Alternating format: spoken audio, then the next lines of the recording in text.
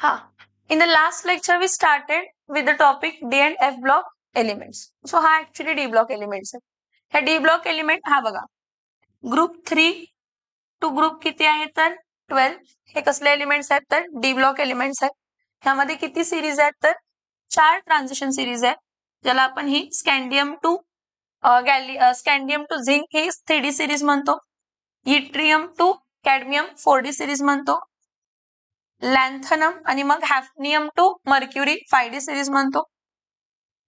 ऍक्टिनियम आणि मग रुथरफोर्डियम to कॉपर्निकम 6D series म्हणतो. आता हे ऍक्च्युली लॅन्थनम डी ब्लॉकलाच असतो, ऍक्टिनियम पण डी ब्लॉकलाच असतो. पण याच्या पुढचे जे 14 एलिमेंट्स आहेत सीरियम टू लुथेटियम आणि थोरियम टू लॉरेन्शियम हे प्रॉपर्टीज कशासारखे दाखवतात लॅन्थनम सारखे आणि ऍक्टिनियम सारखे, म्हणून त्याला लॅन्थोनॉइड आणि ऍक्टिनॉइड सिरीज म्हणतो. आणि त्यामध्ये फिलिंग होताना ह्यामध्ये 4F फिल होत असते आणि ह्यामध्ये काय फिल होत असते तर 5F. लास्ट लेक्चरला आपण सगळे इलेक्ट्रॉनिक कॉन्फिगरेशन बघितलेले होते त्यांचे. इलेक्ट्रॉनिक कॉन्फिगरेशन नंतर आपण काय डिस्कस केलेलं तर एक्सेप्शन्स. कोणते एक्सेप्शन्स तर झिंक, कॅडमियम, मर्क्युरी, कॉपर्निकम यांचं कॉन्फिगरेशन N-1D काय असतं तर 10 आणि NS काय असते तर 2. त्यामुळे यांचं डी सबशेल कम्प्लिटली फिल्ड आहे, म्हणून ह्याला आपण ट्रान्झिशन एलिमेंट्स म्हणू शकत नाही. कारण ट्रान्झिशन एलिमेंट्स म्हणजे असे एलिमेंट्स असतात ज्यांची डी सबशेल इनकम्प्लिटली फिल्ड असते, ज्यांची डी सबशेल इनकम्प्लिटली फिल्ड असते. बर, आता आपण पिरियॉडिक ट्रेंड्स बघायचे. काय बघायचे? पिरियॉडिक ट्रेंड्स मध्ये atomic size, ionisation enthalpy, electron gain enthalpy, electronegativity ह्या सगळे एस्पेक्ट्स असतात. ॲटॉमिक साइज म्हणजे distance between the centre and outer most shell. Atomic size म्हणजे रेडियस असते, ॲटॉमिक रेडियस असते. That is the distance between the centre and the outer most काय असते तर शेल असते. सो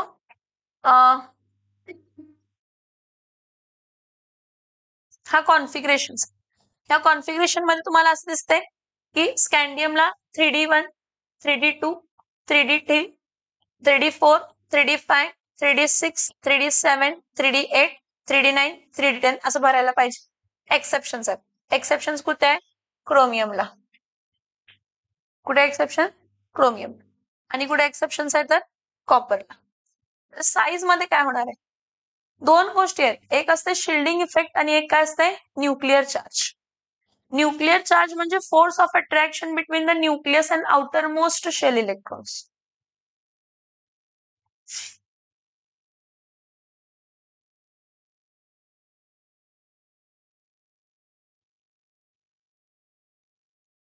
हा जर पर्टिक्युलरली तुमचा न्यूक्लियस आहे, ठीक आहे, हा न्यूक्लियस आहे, ही पहिली शेल आहे, ही दुसरी शेल आहे, ही तिसरी शेल आहे, ठीक आहे.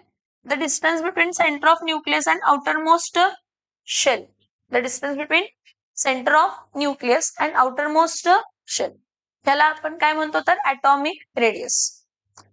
आणि इट इज एक्सपेक्टेड की left to right periodic table मध्ये कुठं ॲटॉमिक साईज कमी व्हायला पाहिजे. रिझन दोन आहेत, एक आहे न्यूक्लिअर चार्ज. न्यूक्लिअर चार्ज म्हणजे काय असतो? The force of attraction between the nucleus and outer most shell electrons. Nucleus positively charge असतो, electrons negatively charge. Nucleus positively charge, nucleus electrons. मग जर बाहेरच्या शेलमध्ये इलेक्ट्रॉन्स वाढत गेले तर न्यूक्लिअर चार्ज पण काय होत जाणार आहे? वाढत जाणार आहे. त्यामुळे इनवर्ट पूल काय होणार आहे? वाढणार. इनवर्ट पूल वाढल्यामुळे साईज काय होणार आहे तर कमी होणार आहे. काय होणार आहे? साईज कमी. पण या केसमध्ये डी सबशेल मध्ये आतली सबशेल फील होते. कोण फील होते? म्हणजे आता फॉर एक्झाम्पल 4s1 4s2 झाल्यानंतर नाही तर 3D1, 3D2, 3D3, 3D4, 3D5, 3D6, 3D7, 3D8, 3D9 आणि 3D10 आतले शेल्स फील होतात. कोण फील होतात? कोण फील होतात? आतले शेल्स काय होतात तर फील. मग काय इफेक्ट पडणार ॲटॉमिक साईज वरती? काय पडणार की नाही पडणार? पडणार. एक आहे जसं nuclear charge is the force of attraction between nucleus and the outermost shell electron, तसं शिल्डिंग इफेक्ट असते. काय असते? Shielding effect. शिल्डिंग इफेक्ट म्हणजे काय असते?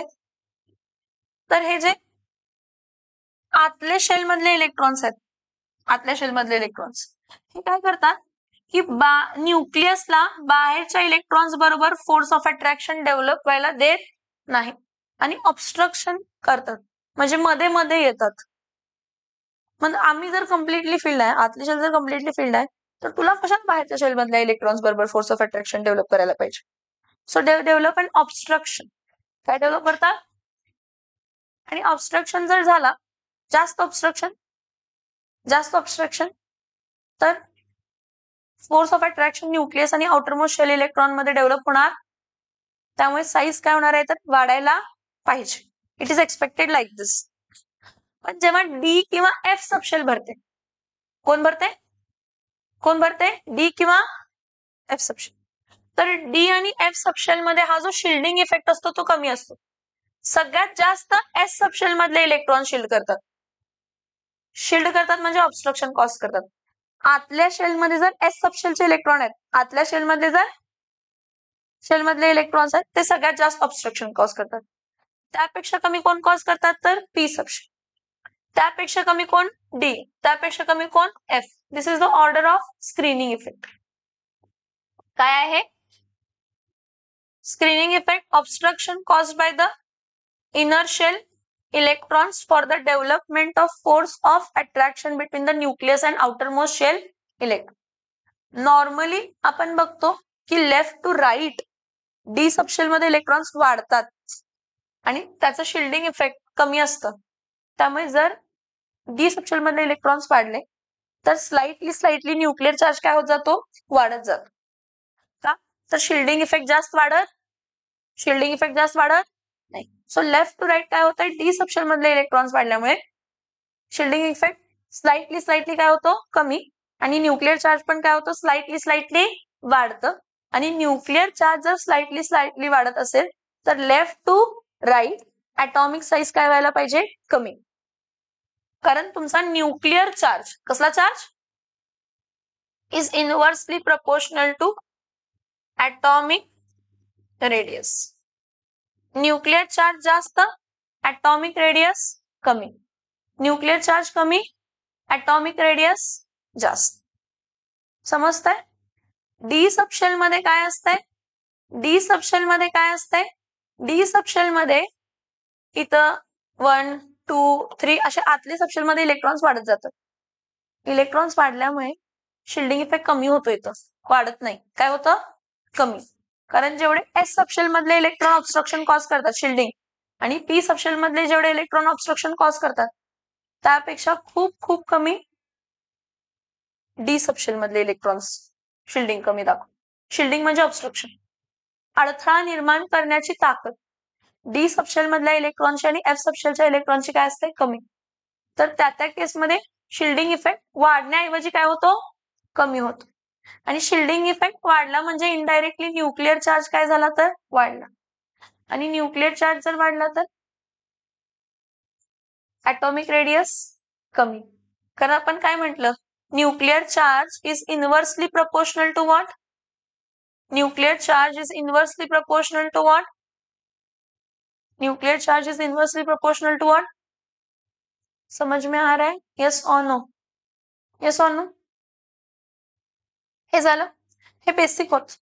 आता ह्याचे वेगळे काहीतरी पॉइंट्स बघा. वेगळे काहीतरी पॉइंट्स म्हणजे काहीतरी वेगळा पॉइंट आहे आता. Oxidation state. इथं बघा, स्कॅन्डियम काय घेतला? स्कॅन्डियम ऍटॉमिक नंबर काय आहे तर 21. टिटॅनियम ऍटॉमिक नंबर काय आहे तर 22. स्कॅन्डियमचा ऍटॉमिक नंबर 21, टिटॅनियमचा ऍटॉमिक नंबर 22, व्हॅनिडियमचा ऍटॉमिक नंबर 23, क्रोमियमचा ऍटॉमिक नंबर 24, मॅग्नीजचा ऍटॉमिक नंबर 25, आयर्नचा ऍटॉमिक नंबर 26, कोबाल्टचा ऍटॉमिक नंबर 27, निकेलचा ऍटॉमिक नंबर 28, कॉपरचा ॲटॉमिक नंबर 29 आणि झिंकचा ॲटॉमिक नंबर काय तर 30. हे ॲटॉमिक नंबर्स आहेत. काय आहेत? ह्यावरनं इलेक्ट्रॉनिक कॉन्फिगरेशन लिहिणार. आता ह्यांचं कॉन्फिगरेशन कम्प्लीट करायचं. 8 पर्यंत सोडणार नाही, पटकन आवरायचं. स्कॅन्डियमचं कॉन्फिगरेशन काय आहे? 3D1 आणि काय तर 4s2. टिटॅनियमचं कॉन्फिगरेशन 3D2 4s2 असं नसतंय.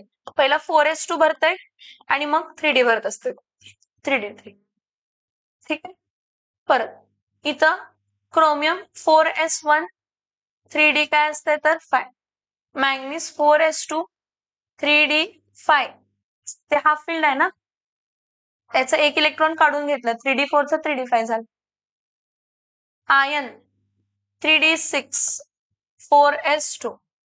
Cobalt 3D7 4s2. Nickel 3D8 4s2.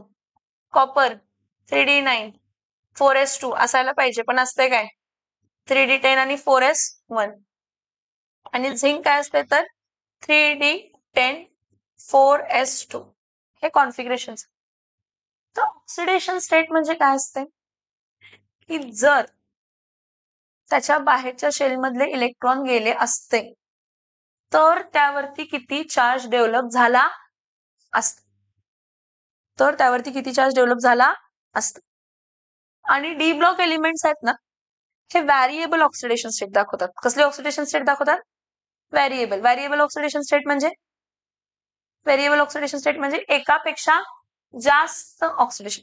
Oxidation state म्हणजे मला समजतंय ते किती बॉन्ड फॉर्म करू शकतात. कोव्हॅलेंटली बॉन्डेड. लोअर चार्ज असेल +2 +3 पाय तर आयोनिक असते, पण हायर चार्ज असेल तर कोव्हॅलेंट बॉन्डच फॉर्म होत असते. ठीक आहे. सो नॉर्मली हे मी लिहिताना असं लिहिते. इथं बघा 1 2 3 4 5. हे 5 आहे आणि इथं 4s2. आता जर मी स्कॅन्डियम घेतला तर कॉन्फिगरेशन काय असणार आहे? 4s2 आणि 3D1. जेव्हा इलेक्ट्रॉन रिमूव्ह करायचे तर सगळ्यात पहिला बाहेरच्या शेलमधले इलेक्ट्रॉन जाणार. मग 4s मध्ये किती इलेक्ट्रॉन आहेत? 2, म्हणजे +2. मग +2 4s2 मधले इलेक्ट्रॉन गेले तर बाहेर आतलं कोण राहिलं? 3Dच राहिलं. मग 3D मध्ये किती इलेक्ट्रॉन आहे? 1. मग ते 2 आणि हे 1 किती झाले? 3. म्हणजे चार्ज किती येणार आहे तर? समजतंय का? आता जर मी टिटॅनियम म्हटलं तर 3D2 4s2 3D2 असतं.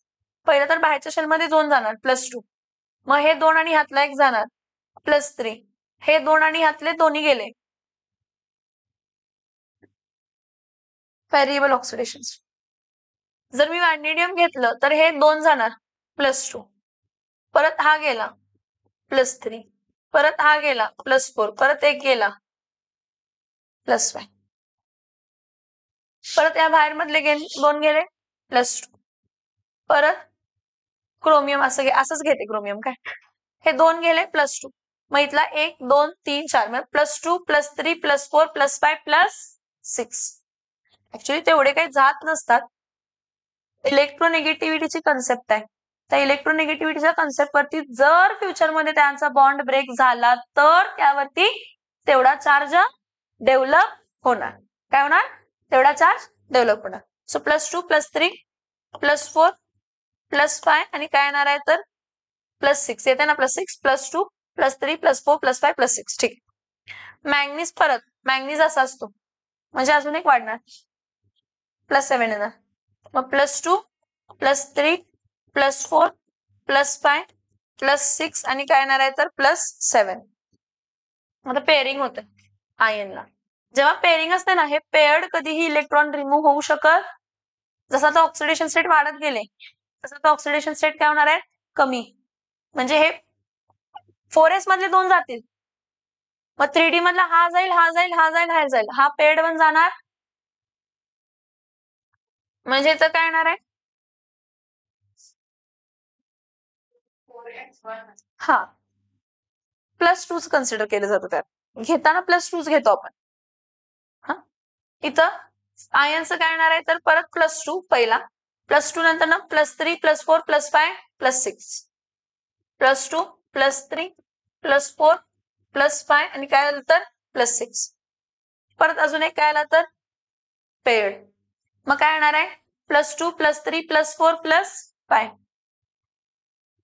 +2 +3 हा +4 +5 परत पेड झालं +2 +3 +4 आता ह्या केसमध्ये पॉसिबल आहे +1 कारण 4s1 आहे आणि 3d9 4s2 पण पॉसिबल आहे ना म्हणून +2 +3 नाही पॉसिबल फक्त +1 आणि +2 आणि झिंक मध्ये तर हा डी कम्प्लिटली फिल झाला तर त्यातून इलेक्ट्रॉन रिमूव्ह होणारच फक्त बाहेरच म्हणजे झिंक जो आहे हा व्हॅरिएबल ऑक्सिडेशन स्टेट दाखवत नाही बाकी सगळे एलिमेंट्स व्हॅरिएबल ऑक्सिडेशन स्टेट दाखवतात म्हणून झिंक म्हणजे ट्रान्झिशन एलिमेंट नाहीये आणि बाकी सगळे एलिमेंट्स ट्रान्झिशन एलिमेंट्स आहेत आणि ट्रान्झिशन एलिमेंट्स काय दाखवतात व्हॅरिएबल ऑक्सिडेशन स्टेट कसं दाखवतात समजलं एकच मिनिट सो इथं बघा oxidation state of first transition series one of the notable feature of transition element is the greatest variety of oxidation state they show in their compounds table 8.3 lists the common oxidation state of the first row transition elements आता बघा first row transition elements मध्ये कोण electron loss करणार आहे 4s मधले दोन्ही आणि 3d मध्ये जर अनपेड असतील तर सगळे जाणार हा progressively leading to formation of what ions so the transition element display a variety of oxidation state in their compound loss of one 4s electron leads to formation of +1 charge loss of two 4s electron leads to formation of +2 charge while loss of unpaired 3d चा 1 आणि 4s चे 2 कोणतं oxidation state दाखवणार आहे +3 4s चे 2 3d चा 1 while loss of unpaired 3d and 4s electron gives 3 + 4 + 5 + 6 + आणि 7 maximum 7 manganese oxidation दाखवते पण ऑस्मियम आणि रेनियम म्हणून दोन एलिमेंट आहेत कोणते एलिमेंट आहेत ऑस्मियम आणि कोण आहे तर रेनियम हे दोन्ही एक्सेप्शनली हे बघा हा ऑस्मियम आणि हा रेनियम हे एक्सेप्शनली हायर ऑक्सिडेशन स्टेट दाखवतात +8 दोघही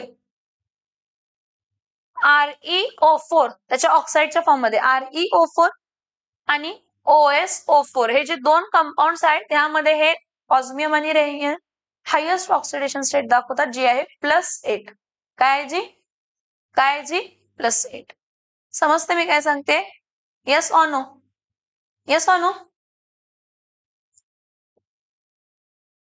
सो आता write the electronic configuration of Mn6+ म्हटले किंवा Mn4+ म्हटलं हे बघा मॅंगनीज जर घेतलं तर माझ्या डोक्यात असायला पाहिजे मॅंगनीजचा atomic number 25 electronic configuration 3d5 आणि काय तर 4s काय तर 2 6 इलेक्ट्रॉन गेलेत म्हणजे ह्यातले दोन आणि ह्यातले 4 3d 6 आहे ना +6 आहे ना +6 आहे टोटल मिळून 7 होणार आहेत 5 + 2 7 होणार आहेत माझं Mn6+ चं चार्ज काय असणार आहे म्हणजे ऑक्सिडेशन स्टेट काय असणार आहे 3d1 आणि काय असणार आहे तर 4s0 तेच आता Mn4+ जर असेल Mn4+ ला 4s मधले 2 आणि 3d मधले 2 म्हणजे कॉन्फिगरेशन काय राहणार आहे 3d3 आणि 4s0 येते लक्षात मी काय सांगितलं येस ऑर नो ठीक this is all about oxidation state आता बघा from the table 8.3 it is clear that number of unpaired electron in 3d orbital increases number of oxidation state also increases आता कुठे chart आहे बघा हा दिलाय स्कॅन्डियम कोणते ऑक्सिडेशन स्टेट दाखवतो +2 +3 टिटॅनियम +2 +3 +4 व्हॅनेडियम +2 +3 +4 +5 क्रोमियम +2 +3 +4 +5 +6 कशी आली समजलं का मी दाखवलं तुम्हाला कॉन्फिगरेशन मॅंगनीज +2 +3 +4 +5 +6 +7 हायेस्ट मॅंगनीजच्या पुढे पेअरिंग होते आयनला त्यामुळे दरवेळी एकानं ऑक्सिडेशन स्टेट कमी +2 +3 +4 +5 +6 कोबाल्ट +2 +3 +4 +5 निकेल +2 +3 +4 कॉपर +1 +2 झिंक फक्त आलं लक्षात. So from the table 8.3, it is clear as the number of unpaired electrons in the 3d orbital increases, number of oxidation states shown by the element also increases. Scandium has only one unpaired electron in its d orbital. त्यामुळे स्कॅन्डियम 3+ जर असेल तर empty orbital झालं. काय झालं? 3d0 4s0 झालं.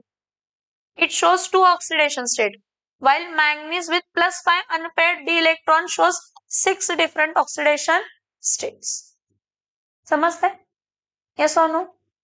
किती unpaid आहे? 1 अनपेड आहे तर 2 ऑक्सिडेशन स्टेट, 2 अनपेड आहेत तर 3 ऑक्सिडेशन स्टेट, 3 अनपेड आहेत तर 4 ऑक्सिडेशन स्टेट. कारण ते अनपेडचे जेवढे आहेत ते आणि 4s मधले 2 गेले असं मिळेल. आलं लक्षात? So the elements which gives the greatest number of oxidation state occurs in the middle or near of the series. Manganese shows, for example, +7 oxidation state highest, +2 to +7 मध्ये +7 highest असते. समजते मी काय सांगितलं? आणि बाकीच्या सिरीज मध्ये ऑस्मियम आणि rhenium, osmium आणि shows highest oxidation state. Osmium आणि rhenium shows highest oxidation state. Physical properties. आता फिजिकल प्रॉपर्टीज म्हणजे काय? सगळे तर मेटल्सच आहेत, सगळे तर, पण एंड एंडचे जे आहेत ते सॉफ्ट मेटल्स आहेत. काय आहेत ते? All the transition elements are metals and shows properties that are characteristics of metal. मग कॅरेक्टरिस्टिक्स ऑफ मेटल काय आहे? की ते हार्ड आहे, की ते लस्टरस आहे, की ते मॅलिएबल आहे, म्हणजे can be drawn into thin sheets. ते डक्टाइल आहे, can be drawn into thin wires. ते form alloy. Alloy, homogeneous mixture of 2 or more metals or one metal another non-metal. Brass, copper and zinc. Steel, iron plus carbon, alloy steel, nickel steel, chromium steel, हे steel, ते steel वेगवेगळे. So they are good conductor of heat and electricity. Of course, त्यांच्या बाहेरच्या शेलमध्ये किती electron आहेत? 2 किंवा 1, जे easily loose होऊ शकतात किंवा फ्री आहेत. त्यामुळे ते इझिली इलेक्ट्रिसिटी आणि हीट काय करू शकतात? कंडक्ट करू. एक्सेप्शन खूप इम्पॉर्टंट आहेत. एक्सेप्शन कायम पाठ करायचे. हे बघा, इनऑर्गॅनिक केमिस्ट्री म्हणजे एक्सेप्शन्स, आणि एक्सेप्शन्स म्हणजे आपलं हार्ट, कारण आपण ते पाठ केल्यावरती आपल्याला सोपं जाणार. Zinc, cadmium, mercury and manganese हे सोडून बाकी सगळे एलिमेंट्स जे आहेत त्याच्याकडे more than 1 typical metallic structure आहे at ambient temperature. Metallic structure वेगवेगळे असतात. आपण बघितलं बॉडी सेंटर्ड क्युबिक नाही बघितलं आपण.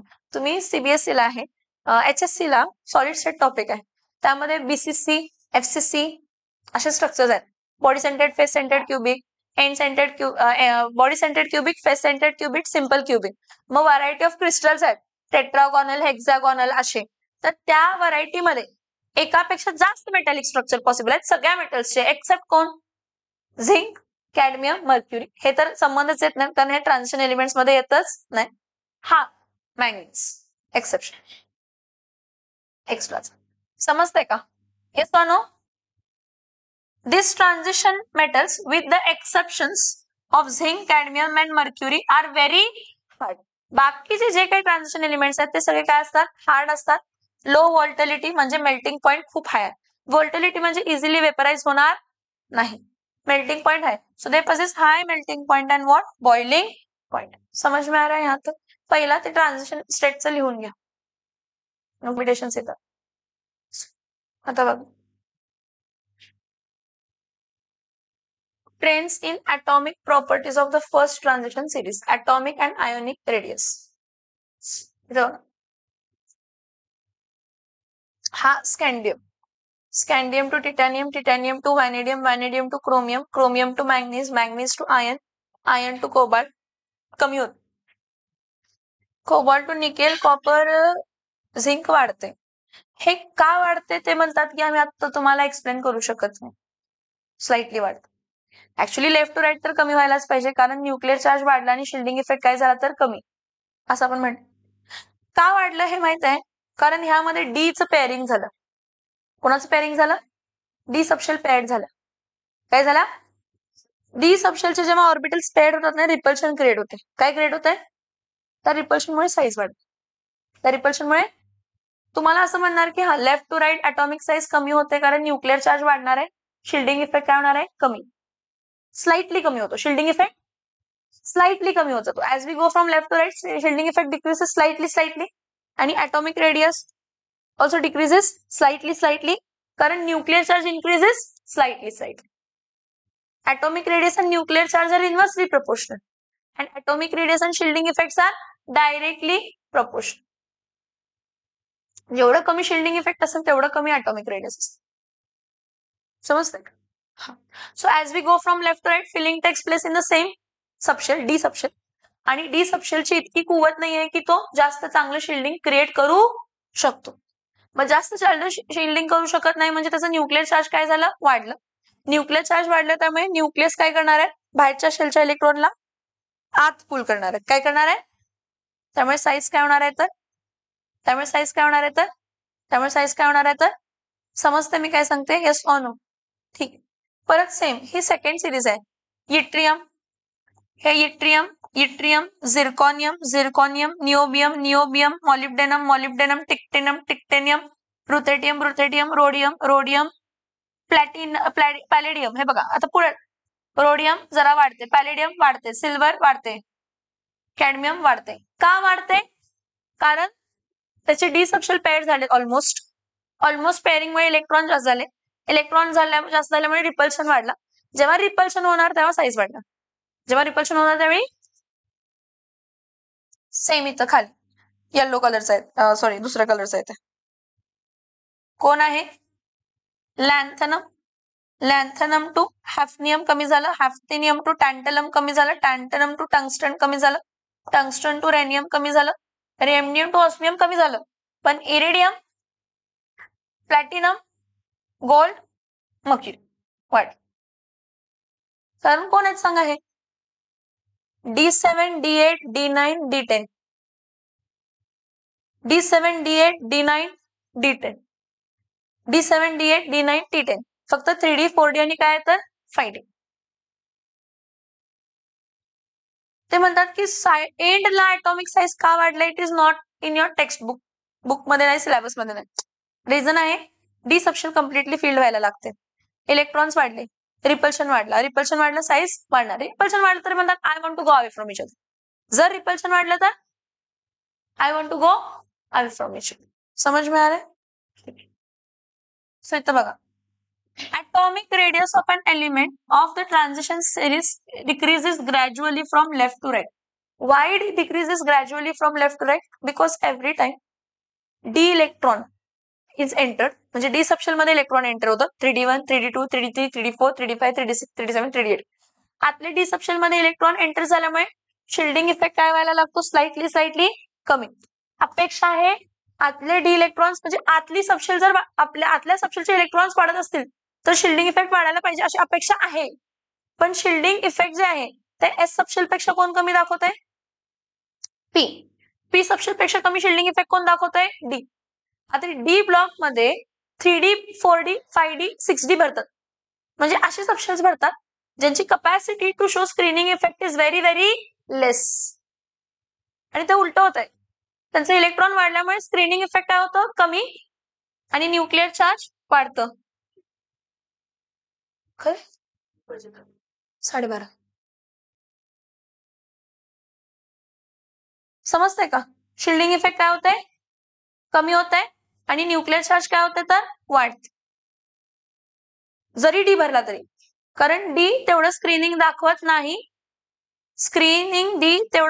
नाही जेवढं एस आणि पी सबशेल दाखवत. त्यामुळे डी जरी भरला तर शिल्डिंग इफेक्ट स्लाइटली कमी होतं, न्यूक्लियर चार्ज स्लाइटली वाढतो, आणि लेफ्ट राईट ॲटॉमिक साईज कमीच व्हायला पाहिजे. पण एंडचे जे 3 एलिमेंट्स आहेत त्यांचं ॲटॉमिक साईज स्लाइटली वाढतं. बिकॉज आता ते म्हणतात it is out of the text book syllabus, but because of repulsion. So as we move across a transition series from left to right, the nuclear charge increases by 1 unit at a time. कितीने increase होणार आहे? 1. 3d1, 3d2, 3d3, 3d4, 3d5. आता आणि एक aspect घ्या की 4s म्हणजे बाहेरच्या shell मध्ये इलेक्ट्रॉन ऍड जर असला असता, बाहेरच्या शेल मध्ये जर इलेक्ट्रॉन ऍड केला असता, त्यावेळी जितना न्यूक्लिअर चार्ज काय झाला असता, वाढला असता, त्यापेक्षा स्लाइटली कमीच वाढतो जर आतली शेलमध्ये इलेक्ट्रॉन्स वाढतायत तर. कुठे वाढताय, मी काय म्हटलं, जर एखादी बाहेरची शेल आहे ती जर फिल होत असेल तर त्यामध्ये जेवढा न्यूक्लिअर चार्ज वाढेल तितका न्यूक्लिअर चार्ज आतली शेल वाढल्यामुळे होत त्यापेक्षा कमी. त्यामुळे तो तुम्हाला ॲटॉमिक साईज जे कमी झाले ते एकदम डिफरन्स त्यामध्ये कमी कमी दिसणार आहे. जास्त डिफरन्स दिसत ते जर बाहेरची शेल असेल, त्याचा बाहेरच्या शेलमध्ये इलेक्ट्रॉन्स भरले असते तर त्यांचा साईज खूपच कमी कमी झाला असता. इथं जरा जरा कमी होत गेलाय. काय होत गेलाय, एफ मध्ये तर त्यापेक्षाही कमी होते. म्हणून लॅन्थेनॉइड कॉन्ट्रॅक्शन आणि ऍक्टिनॉइड कॉन्ट्रॅक्शन असा पॉईंट बघतो आपण. काय बघतो, lanthanoid contraction and. So as we move across the transition series from left to right, the nuclear charge increases by 1 unit at a time. The last filled electron enters the which cell? Penultimate shell, म्हणजे n-1 d subshell. So however, the d orbitals in an atom are less penetrating. कसे आहेत? And more diffused. Therefore, d electrons offer smaller screening effect. This results in that it increases nuclear charge, effective nuclear charge. Shielding effect त्याचं खूप कमी असतं. त्यामुळे nuclear charge जसं electron वाढत जातात लेफ्ट टू राईट तसं न्यूक्लिअर चार्ज काय होत जातं, वाढत. So the result is that the effective nuclear charge also increases as the atomic number increases along the transition series. So hence the atomic radii decreases gradually across the transition series from समझ में आ रहा है? The explanation for the minor variations in the atomic radii within a particular transition series is out of the scope of this textbook. Same. पण मी तुम्हाला काय म्हणलं, का वाढते, पेअरिंग होते. D7, D8, D9, D10 जेव्हा भरते तेव्हा डी सबशेल पेअर्ड झाल्यामुळे इलेक्ट्रॉन खूपच गर्दी होते. गर्दी झालं, रिपल्शन वाढलं, रिपल्शन वाढलं, साईज, रिपल्शन झालं, साईज. समजतं इथंपर्यंत? Yes or no? Same for the ionic radius, same for the. पण एक आयोनिक रेडियस मध्ये मी तुम्हाला सांगते दोन गोष्टी. जर एलिमेंट वेगळा असेल, काय असेल, म्हणजे आता स्कॅन्डियम 3+ आहे, मग टिटॅनियम 3+ आहे, मग स्कॅन्डियम व्हॅनेडियम 3+ आहे, मग क्रोमियम 3+ आहे, मग मॅंगनीज 3+ आहे. हे लेफ्ट टू राईटचे एलिमेंट्स आहेत आणि चार्ज सेम आहे, तर साईज कमी होत जाणार. काय कमी होत जाणार, साईज काय होत जाणार आहे, कमीच होत जाणार आहे. कॉमन सेन्स आहे, लेफ्ट टू राईट आहे, 3 इलेक्ट्रॉन रिमूव्ह झाले, कॉन्सेप्ट सेम राहणार आहे. आयोनिक रेडियस पण काय राहणार आहे, चेंज सेम, कमीच होत जाणार लेफ्ट राईट. पण सेम एलिमेंट आहे आणि व्हेरिएबल ऑक्सिडेशन स्टेट आहे, म्हणजे स्कॅन्डियम 2+ आहे आणि स्कॅन्डियम काय आहे तर 3+. ज्यावरती चार्ज जास्त त्याचा साईज कमी, ज्यावरती चार्ज जास्त म्हणजे तेवढे इलेक्ट्रॉन्स रिमूव्ह झाले, तेवढे इलेक्ट्रॉन्स रिमूव्ह झाले म्हणजे पॉझिटिव्ह चार्ज तेवढा वाढला, म्हणजे तो तेवढा वाढलेला पॉझिटिव्ह चार्ज राहिलेल्या इलेक्ट्रॉन्सला स्वतःकडे पुल करणार आहे. मग जर सेम एलिमेंट असेल, जर सेम एलिमेंट आहे, व्हेरिएबल ऑक्सिडेशन स्टेट आहे, higher oxidation state, smaller atomic radii, lesser atomic charge, lesser charge on the atom, more atomic radii. But if it is like that we are going from left to right and they are having the same charge, all the elements are having the, so same logic will apply. Left to right, ionic size will decrease. Left to right, condition, charge, condition समझ में आ रहा है? So इथं बघा, ionic radius. Ionic radii of transition element shows same trend as that of atomic radii. The elements of the first transition series shows variable oxidation state. The elements of first transition series काय दाखवतात, variable oxidation state. The trends in the ionic radii thus can be studied with काय, elements having same oxidation state, elements having same oxidation state, पण element वेगवेगळे आहेत. हा, आणि दुसरा आहे considering various oxidation state of same element. Various oxidation state of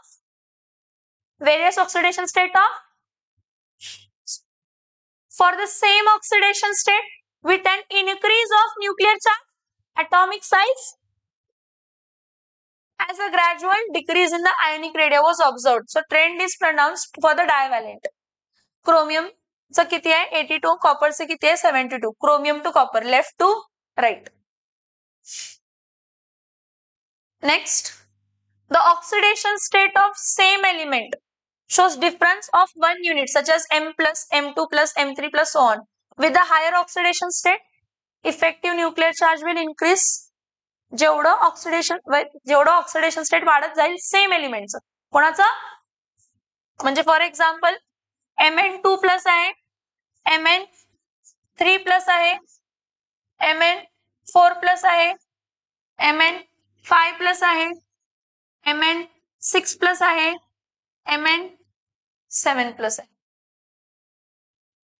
कोणाचा size सगळ्यात छोटा असणार आहे? Yes, highest oxidation state, highest nuclear charge. Highest nuclear charge, smallest ionic size. Smallest कारण बघा की प्लस तेवढा चार्ज आहे म्हणजे तेवढे इलेक्ट्रॉन्स कमी झालेत असं झालं ना. मग तेवढे इलेक्ट्रॉन्स कमी झालेत म्हणजे पॉझिटिव्ह चार्ज जास्त, निगेटिव्ह चार्ज कमी. पुलातला जास्त, आतला पूल जास्त, आयोनिक साइज कमी. काय साइज कमी? So the oxidation state of same element shows difference of 1 unit such as M plus, M2 plus, M3 plus and so on. So with the higher oxidation state, the effective nuclear charge also increases and hence decrease of ionic radii can be observed from M2 plus to M3 plus. Ionic radii of transition elements are smaller than the ionic radii of the representative elements of the same period. म्हणजे स्कॅन्डियम आणि स्कॅन्डियम 3 plus घेतला तर common sense आहे स्कॅन्डियम 3 प्लसचा size काय असणार आहे कमी आणि स्कॅन्डियमचा साईज काय असणार आहे जास्त. आणि हे मेटल्स आहेत. हे मेटल्स काय इलेक्ट्रॉन काय करतात लूजच करतात आणि इलेक्ट्रॉन लूज करून पॉझिटिव्ह चार्ज वाढला म्हणजे इफेक्टिव्ह न्यूक्लियर चार्ज वाढला. इफेक्टिव्ह न्यूक्लियर चार्ज वाढला म्हणजे आयोनिक साईज काय होणार आहे कमी. काय कमी होणार आहे? इथं त्यांनी दिलंय ॲटॉमिक रेडियसेस दिलेत स्कॅन्डियमचे. फक्त एलिमेंट असेल तर त्याचं साईज एवढं आहे. M3 प्लसला 73 आहे, 147 आहे, M3 प्लसला 67. कमी आहे का रिप्रेझेंटेटिव्हिटी एलिमेंट पेक्षा? आयोनिक साईज कमी. मग आता 135 जर आहे तर 79 त्यापेक्षा कमी 64. जसं चार्ज वाढत गेलं तसं आयोनिक साईज कमी. जसं चार्ज वाढत गेलं आयोनिक साईज कमी. हे बघा लेफ्ट टू राईट आहे, हे साईज काय होत चाललंय कमी. परत बोंबाबोंब कुठे आहे कॉपरला आणि झिंकला. समजतंय? हे समजतंय? चार्ज वाढत गेला साईज कमी होत जाणार. सेम एलिमेंटचा चार्ज वाढत गेला साईज कमी होत जाणार. चार्ज वाढत गेला साईज कमी होत जाणार. चार्ज वाढत गेला साईज कमी होत जाणार. आता सेम एलिमेंट आहे काय आहे सॉरी सेम एलिमेंट आहे डिफरंट एलिमेंट आहे. कसला एलिमेंट आहे? कसला एलिमेंट आहे? डिफरंट एलिमेंट आणि ऑक्सिडेशन स्टेट काय आहे सेम. हे बघा व्हॅनिडियम लेफ्ट टू राईट आहे, टॉप टू बॉटम दिसतंय पण ऍक्च्युली काय आहे लेफ्ट टू राईट. सो व्हॅनिडियमचं पेक्षा ह्याचं काय आहे तर सेम. आता हे थोडेसे अनॉमलीज आहेत व्हॅनिडियम टू क्रोमियम कारण half filled subshell completely field subshell म्हणून, पण नॉर्मली कमी होत जाते. काय होत जाते नॉर्मली कमी. समझ में आ रहा है? येस और नो? सो नेक्स्ट मी काय म्हणलं तुम्हाला आपण आज प्रॉपर्टीज बघणार आहे. एक ऑक्सिडेशन स्टेट बघितलं, दुसरं काय बघितलं ॲटॉमिक आणि आयोनिक रेडिया. आता नेक्स्ट आहे आयोनायझेशन एन्थाल्पी. मला तुम्हाला एक विचारायचं आयोनायझेशन एन्थाल्पी म्हणजे ऍक्च्युली तुम्हाला माहित आहे का?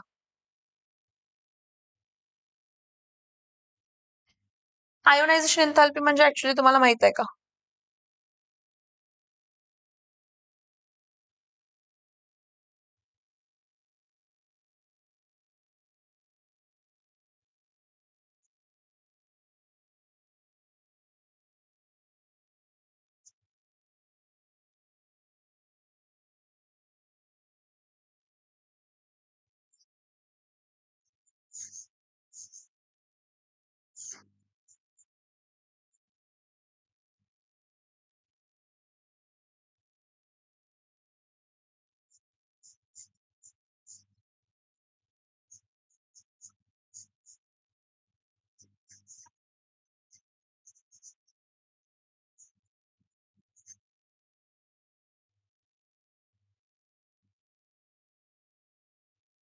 काय लिहिलं?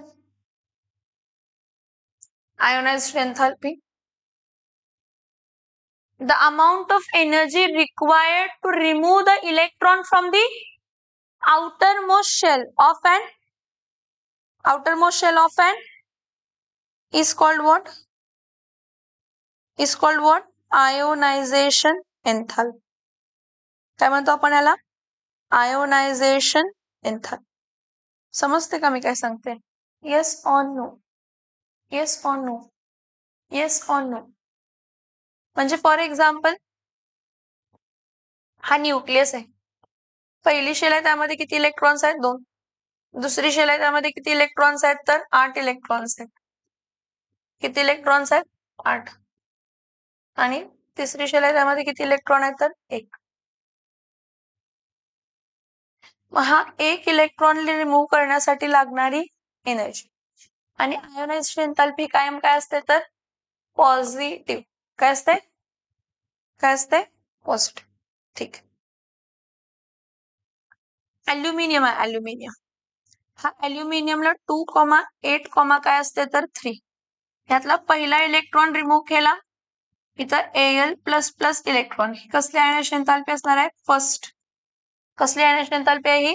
फर्स्ट. आता Al+ आहे. Al+ च्या वेळी काय होणार आहे? 2,8, काय येणार आहे? तर 2. त्यातून परत एक इलेक्ट्रॉन रिमूव्ह झाला, Al2++ electron. Second ionisation enthalpy. परत Al2+ मधून अजून एक इलेक्ट्रॉन गेला, 2,8,1 होता. काय फॉर्म होणार आहे? तर Al3++ इलेक्ट्रॉन. म्हणजे हा 2, काय झाला? तर 8. हा 2,8, काय आहे? तर 1. आणि हा 2,8,2. पहिला इलेक्ट्रॉन रिमूव्ह केला, फर्स्ट आयोनायझेशन एन्थाल्पी. दुसरा इलेक्ट्रॉन रिमूव्ह केला, सेकंड आयोनायझेशन एन्थाल्पी. तिसरा इलेक्ट्रॉन रिमूव्ह केला, थर्ड आयोनायझेशन एन्थाल्पी. आता बाळांनो, कधीही पहिला इलेक्ट्रॉन जेव्हा तुम्ही रिमूव्ह करताय ते न्यूट्रल ॲटम पासून रिमूव्ह करताय, पण दुसरा इलेक्ट्रॉन जेव्हा तुम्ही रिमूव्ह करताय तेव्हा पॉझिटिव्हली चार्ज स्पीशीज, म्हणजे त्यातला इलेक्ट्रॉन कमी झालाय, म्हणजे पॉझिटिव्ह चार्ज वाढलाय, म्हणजे न्यूक्लिअर चार्ज वाढलाय.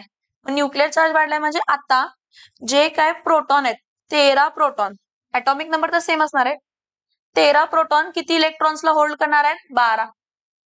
त्यामुळे चार्ज जास्त असणार, म्हणजे बाउंडिंग स्ट्रॉंगर असणार आहे. बाउंडिंग स्ट्रॉंगर आहे तर इलेक्ट्रॉन रिमूव्ह करायला एनर्जी काय लागणार आहे? जास्त. समजते का? ठीक आहे. मग आता ही थर्ड आयोनायझेशन एन्थाल्पी Al2+ आहे. Al2+ वेळी प्रोटॉन तर 13च आहेत, पण इलेक्ट्रॉन्स किती आहेत? तर 11. म्हणजे आता परत एक इलेक्ट्रॉन रिमूव्ह करायचा असेल तर 13 प्रोटॉन पॉझिटिव्ह चार्जनी 11 इलेक्ट्रॉन्सला होल्ड केले, म्हणजे स्ट्रेंथ पॉझिटिव्ह चार्जची काय आहे? जास्त. त्यामुळे अजून इलेक्ट्रॉन रिमूव्ह करायला एनर्जी काय लागणार आहे? जास्त. सांगायचं एवढंच आहे की पहिल्या आयोनायझेशन एन्थाल्पी सेम एलिमेंटची पहिल्या आयोनायझेशन एन्थाल्पी पेक्षा जास्त दुसरी आयोनायझेशन एन्थाल्पी असते. दुसरी आयोनायझेशन एन्थाल्पी पेक्षा जास्त तिसरी आयोनायझेशन एन्थाल्पी असते. जर एखादा असा एलिमेंट आहे की त्याच्याकडे कसली सबशेल आहे? हाफ फिल्ड सबशेल, किंवा कसली सबशेल आहे? Completely filled subshell. कसली सबशेल आहे?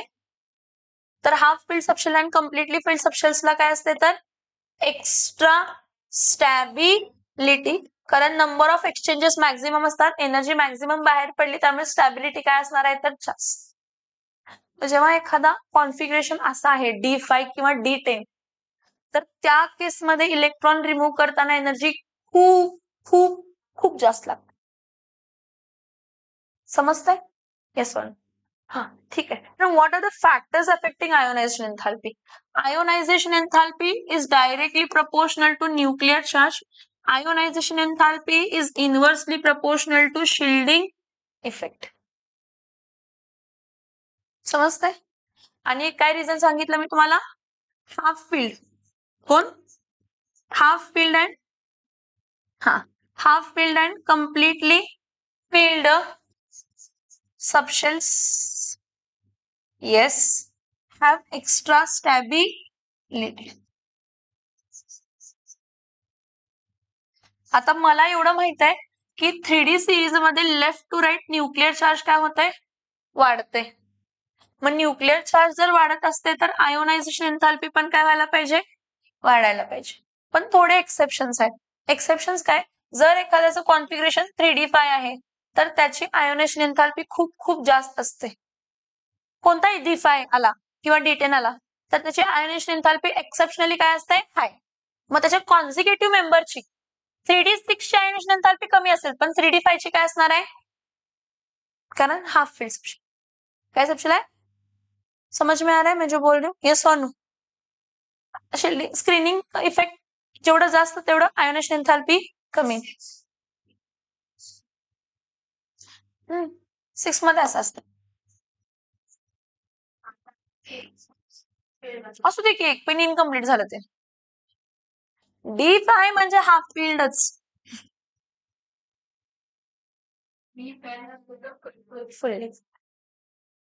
d10 असं.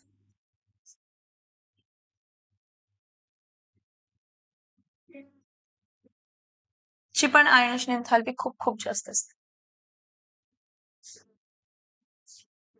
हा हाफ फील्ड आणि completely field subshells have extra stability. Stability जास्त म्हणजे त्याचे इलेक्ट्रॉन्स प्रोनाउन्सली चांगले बाउंडेड आहेत न्यूक्लियस बरोबर. त्यामुळे त्यातून जर इलेक्ट्रॉन रिमूव्ह करायचा असेल तर एनर्जी खूप खूप खूप जास्त लागणार. खूप खूप खूप जास्त लागणार. जेव्हा तुम्हाला पहिल्या आयोनायझेशन एन्थाल्पी दिली, दुसरी आणि तिसरी आणि चौथी एकदमच जास्त दिली, चौथी मग समजायचं की ते हाफ फील्ड मधून काढलंय किंवा कम्प्लिटली फील्ड.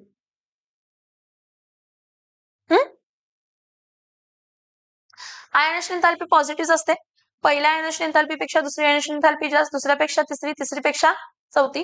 आणि दुसरी गोष्ट हाफ फील्ड सबशेल असेल आणि कम्प्लिटली फील्ड सबशेल असेल तर त्यावेळी एक्स्ट्रा स्टॅबिलिटी असते, त्यावेळी पण आयोनायझेशन एन्थाल्पी काय असते? जास्त. हे एक्सपेक्टेड आहे. हे काय म्हणलं मी?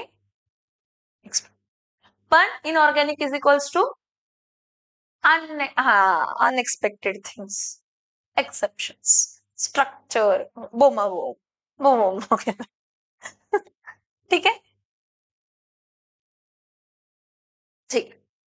इथं बघा, the ionization enthalpies of transition elements are intermediate between what? S and P block मध्ये आहेत ना, त्यामुळे S ब्लॉक एलिमेंट पेक्षा D ब्लॉक एलिमेंटची आयोनायझेशन एन्थाल्पी जास्त असते आणि P ब्लॉकची आयोनायझेशन एन्थाल्पी पेक्षा कमी असते. ठीक, फाईन.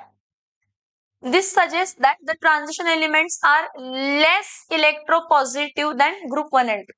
लेस इलेक्ट्रोपॉझिटिव्ह म्हणजे ते ग्रुप 1 जेवढा इझिली इलेक्ट्रॉन लूज करू शकतो किंवा ग्रुप 2 जेवढा इझिली इलेक्ट्रॉन लूज करू शकतो तेवढा इझिली डी ब्लॉक मधले एलिमेंट्स इलेक्ट्रॉन लूज करू शकत. समजतं? पहिली गोष्ट. दुसरी गोष्ट, depending upon the conditions they form ionic और कोव्हॅलेंट बॉन्ड. आता जर बाहेरचे 2 इलेक्ट्रॉन रिमूव्ह झाले ना, इझिली आयोनिक बॉन्डिंग. पण जेव्हा आतला इलेक्ट्रॉन आला ना तर ते लॉस आणि गेन मध्ये येत नाही, ते कशामध्ये येते? शेअरिंग. कशामध्ये येते? कशामध्ये येते? Sharing, mutual sharing. मग म्युच्युअल शेअरिंग मध्ये त्या मेटलची इलेक्ट्रोनेगेटिव्हिटी कमी असते आणि समोरच्या नॉन मेटलची इलेक्ट्रोनेगेटिव्हिटी जास्त. मग नॉन मेटलचा चार्ज पॉझिटिव्ह निगेटिव्ह आणि या मेटलचा चार्ज पॉझिटिव्ह असं असतं. So depending on the condition they form ionic or covalent bond. Lower oxidation state ionic, +2 oxidation state ionic, +3 +4 +5 +6 oxidation state covalent. So generally in the lower oxidation state this element forms which bond? Ionic compounds, while in the higher oxidation state forms covalent compounds. So ionization enthalpy shows or reveals that for a given element there is a substantial increase in the first ionization enthalpy to the third ionization enthalpy. म्हणजे एखादा element आहे त्याच्या पहिली electron remove करण्यासाठी जेवढी energy लागते त्यापेक्षा जास्त दुसरी, त्यापेक्षा जास्त तिसरी, त्याच्यापेक्षा जास्त तिसरी. आता एक मज्जा सांगते तुम्हाला.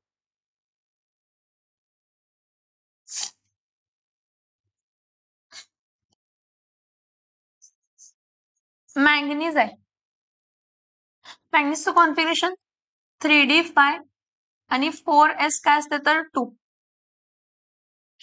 मला जर Mn2+ घेतलं ना, Mn2+चं कॉन्फिगरेशन काय असणार आहे? 3d5. म्हणजे पहिली आणि दुसरी आयोनायझेशन एन्थाल्पी, पहिली आणि दुसरी, ह्याची तिसरी आयोनायझेशन एन्थाल्पी खूप खूप जास्त असणार आहे. Mn2+ ची आयोनायझेशन एन्थाल्पी खूप जास्त असणार आहे. कारण तुम्ही हाफ फील्ड सबशेल मधून इलेक्ट्रॉन, कशामधून इलेक्ट्रॉन रिमूव्ह करताय? Half filled subshell. समजते का मी काय सांगते? Yes or no? आयन आहे आयन, आयनचं कॉन्फिगरेशन काय असतंय? 3d6 आणि काय असतंय? 4s2. पहिला इलेक्ट्रॉन रिमूव्ह केला फर्स्ट, दुसरा इलेक्ट्रॉन रिमूव्ह केला सेकंड, तिसरा इलेक्ट्रॉन रिमूव्ह केला, तिसरा इलेक्ट्रॉन रिमूव्ह केला म्हणजे Fe3+ फॉर्म झाला. Fe3+ काय फॉर्म झाला? 3d5. आता ह्यातून इलेक्ट्रॉन रिमूव्ह करताना खूप जास्त विचारतात की which of the following species म्हणजे असं चार्ज बेस देऊन सांगतात. त्यामुळे तुम्हाला ना कॉन्फिगरेशन खूप पार्ट असायला पाहिजे. लॉजिक सांगितलं स्कॅन्डियम 21 1, 22 2, 23 3, ते लक्षात ठेव. सो नेक्स्ट बघा. As we move across the transition series, a slight variation is observed. सगळ्यात interesting. What is observed? Is observed in successive enthalpies of first, second and third of this element. So इथं बघा. Titanium to vanadium ions एंथॅल्पी कमी झाली. असं आहे, असं आहे, हे ऑब्झर्वच असे. व्हॅनेडियम टू क्रोमियम वाढली, क्रोमियम टू मॅंगनीज वाढली, मॅंगनीज टू आयर्न वाढली, आयर्न टू कोबाल्ट कमी झाली, कोबाल्ट टू निकेल कमी झाली, निकेल टू कॉपर वाढली. अपेक्षा होती वाढायला पाहिजे, पण असं होते, पण असं होते. नेक्स्ट, झिरकॉनियम टू निओबियम कमी होते, निओबियम टू मॉलिब्डेनम जरासं वाढते, molybdenum to technetium, technetium to ruthenium, ruthenium to rhodium slight वाढते, रोडियम टू पॅलिडियम एकदमच वाढते, आणि पॅलिडियम टू सिल्वर एकदमच काय होते? कमी. हॅफनियम टू टँटलम नियरली सेम आहे, टँटलम टू टंगस्टन जरा वाढते, टंगस्टन टू रेनॉन कमी होते, रेनॉन टू ऑस्मियम वाढते, ऑस्मियम टू इरिडियम वाढते, इरिडियम टू प्लॅटिनम कमी होते, प्लॅटिनम टू गोल्ड कमी होते. एक्सेप्शनली इरिडियम आणि पॅलेडियमचे आयनेशन एंथॅल्पी काय असते तर जास्त असते त्या सिरीज मध्ये, त्याच्यामध्ये त्या सिरीज मध्ये. समजतं मी काय सांगते?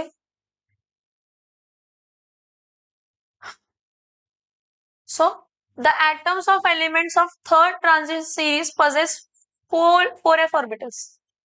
4f orbitals परत शिल्डिंग इफेक्ट अजून कमी करणार. डी सबशेल जेवढं शिल्डिंग कमी कर, म्हणजे डी सबशेल जेवढं शिल्डिंग इफेक्ट दाखवते त्यापेक्षा कमी 4f दाखवते.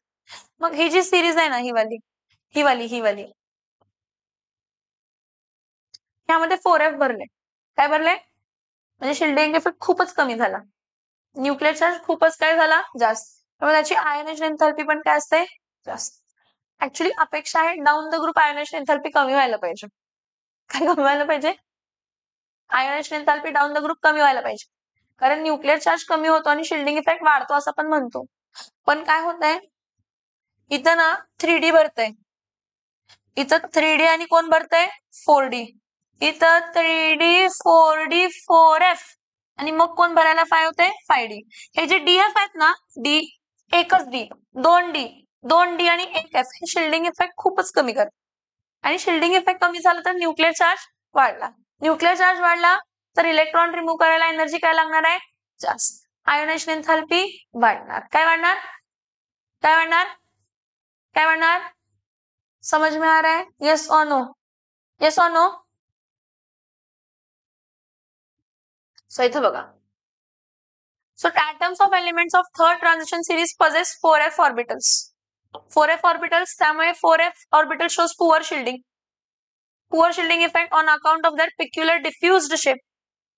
F खूप जास्त डिफ्यूज असते, जेवढे डी डिफ्यूज असते त्यापेक्षा जास्त डिफ्यूज F असते. स्प्रेडेड, डिफ्यूज म्हणजे जास्त spreaded. So as a result, the valence electron experiences greater nuclear attraction. Valence म्हणजे बाहेरचे electrons. So a greater amount of energy is required to ionize, म्हणजे remove the electron from the third transition series. So the ionization enthalpies of elements of third transition series are therefore much higher than first and second.